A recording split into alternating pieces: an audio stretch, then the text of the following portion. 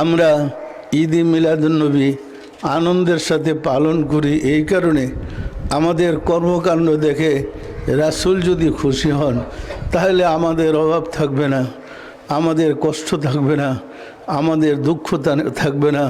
তিনি জগতের রহমত, রহমাতুল আলামিনকে যদি আমরা খুশি করতে পারি, রাব্বুল আলামিন আমাদের প্রতি খুশি হবেন। সুতরাং সার্বক্ষণ খেয়াল রাখতে হবে আমরা যেন রহমাতুল আলামিনকে খুশি করতে পারি, রাজি করতে পারি। আমাদের কিছু লোকের ধারণা আছে আমরা আল্লাহর কাছে প্রার্থনা করব, রাসূলের দরকার কি? এই ধারণা একটা ভ্রান্ত ধারণা। রাসূলের শাফায়াত ছাড়া কোনো যুগের মানুষ মুক্তি পাবে না। সম্মানিত আশিকে রাসূলেরা, আমার বিশেষ অনুরোধ আপনারা শ্রদ্ধার সাথে রাসূলকে ভালোবাসেন। এই দিনটা সৃষ্টিকুলের শ্রেষ্ঠ ঈদের দিন। এই দিনটা সবচেয়ে আনন্দের দিন।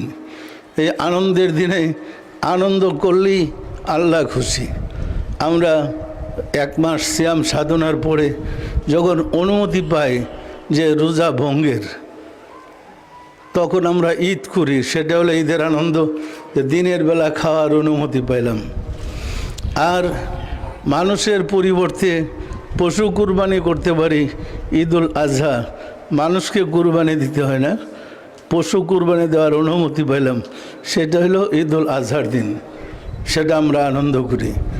আর এটা এমন একটা অনুষ্ঠানের দিন যে অনুষ্ঠান কুল কায়নাতের রহমত রহমাতুল আলামিনের শুভ জন্মদিন।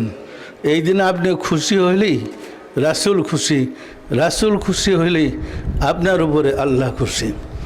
যারা নিজ নিজ বাসায় ঈদের আনন্দের ব্যবস্থা করেন নাই, অনুরোধ করব যার যার বাড়িতে ছেলে মেয়েদেরকে নিয়ে একটু মিষ্টান্ন করে ব্যবস্থা করেন এবং একটু আনন্দ করেন, একটু মিলাদ পড়ান।